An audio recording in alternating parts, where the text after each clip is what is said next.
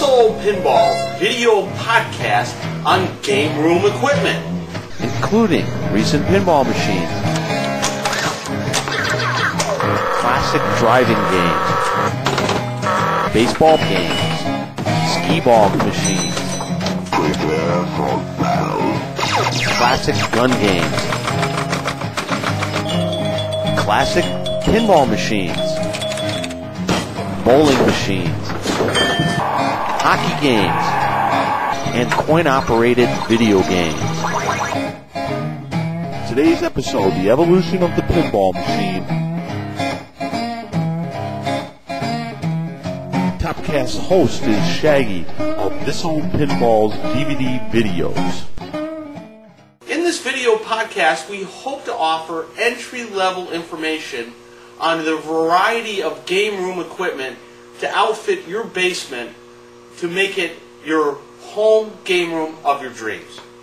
Now, there's a lot of information to cover, and we hope to have a good series of these podcasts to explain this equipment and what you need to know when you're purchasing game room equipment. We're not going to cover in depth things that we normally cover in the This Old Pinball series of repair and restoration videos that's available at marvin3m.com/TOP. This is much more rudimentary and entry level to kind of gain an interest and draw people more into the home game room hobby. Coin-operated equipment. Now that's an interesting term, coin-operated. And you'll hear it abbreviated coin-op by many of the vendors and salespeople relating to pinball and other arcade equipment. Basically, anything that takes a coin to operate means it's a coin-op or arcade piece. And you'll find that a lot of people are really enamored with this style of equipment because of a large nostalgia background that a lot of people have where they went to arcades in their youth and they remember playing these games. One question I get asked a lot at TOPcast is, what game should I buy? What is a good pinball game for me? I can't really answer that for you. I can't tell you what game is good or bad. Anybody that tells you a game is bad, don't listen to them. A game is good if you like it. A game is bad if you don't like it.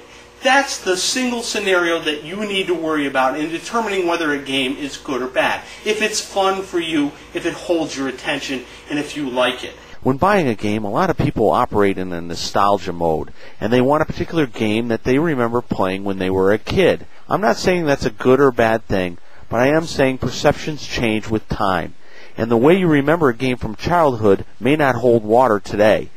And that's the reason why we're going through this exercise of pin game history to help align your memories of yesterday with your perceptions of today. So it's best to play before you pay. Also keep in mind that an old game may be in bad playing condition, and this can alter your views. But the good news is, most any game can be reconditioned to play like new.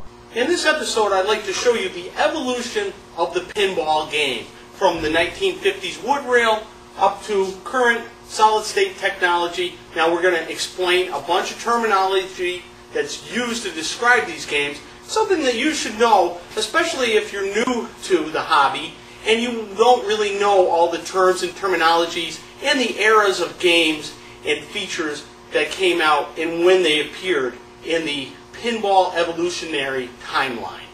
Let's talk about some terminology in these games, and the first thing we need to talk about is EM, or electromechanical. That's what any game is that doesn't have a computer in it. That is, it does not use any silicone to control the game. Those games are all called electromechanical. Anything 1977 and before is basically going to be an electromechanical game. And that's going to have the chimes and the bells and the clicking of the relays. And you're going to hear that term a lot, EM, meaning electromechanical. The first game in the pinball evolution that I'd like to describe is what's known as a wood rail game. And it's called a wood rail because the rails on the side of the game are made of wood, usually maple or oak. They used this style of game from 1930s up to about 1960 when they went over to metal rails, where the side of the cabinets are made out of stainless steel. But let's talk about the wood rail first. I'm going to be addressing post-World War II or post-war games, and specifically 1947 and later, because in 1947, that's when the flipper was invented. The flipper being the bat that the player controls by the cabinet buttons on the side of the game that kick the ball up and make it much more interesting to play. Games prior to 1947 did not have any really player control other than what's known as shaking and nudging the game, where the player would actually shake and nudge the game to give it English to try and manipulate where the ball went into what hole or what scoring points. Prior to flippers, pin games were largely considered gambling devices because there really wasn't any skill involved. With the advent of flippers, that changed everything. All of a sudden, the game had a skill factor, a big skill factor, as you can see from good pinball players, where they can make any shot on the field using good flipper control and lots of practice. So that's why the game evolved from being more of a gambling device prior to 1947 to a skill device 1947 and later. But anyways, back to the wood rail thing. A lot of people like wood rails because they have a very classic look. Early wood rails will have wooden legs. By about 1956, wood legs changed to metal legs. Likewise, earlier wood rails will have wooden up here and wooden up here. By 56, they were cheapening the games a bit and using a lot of metal parts because metal was costing less than wood. Also, the scoring on wood rails is very interesting. Instead of having reels with numbers on it, it's what's known as light box scoring. That is, it lights up 1 million points, 200,000, and 10 points on this particular game at this particular point in time. That's called light box scoring. That didn't evolve to score reels until about 1956 again, when multiplayer games came out, and some other games also had score reels as early as 54, but basically until 1960, you're going to mostly see on wood rails this light box scoring.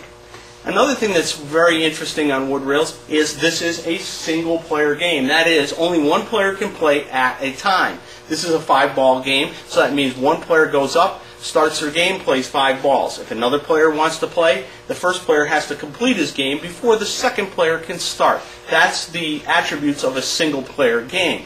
In 1956, again, you can see 56 was really an evolutionary year in pinball.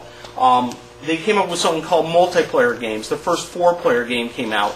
Again, used, instead of light box scoring, used score reels because you had to have room on the back box to score for 4 players. And then you would go alternate, where one player would go up, shoot his first ball, the second player would go up, shoot his first ball, all the way through the 5 balls. That's what's known as a multiplayer game.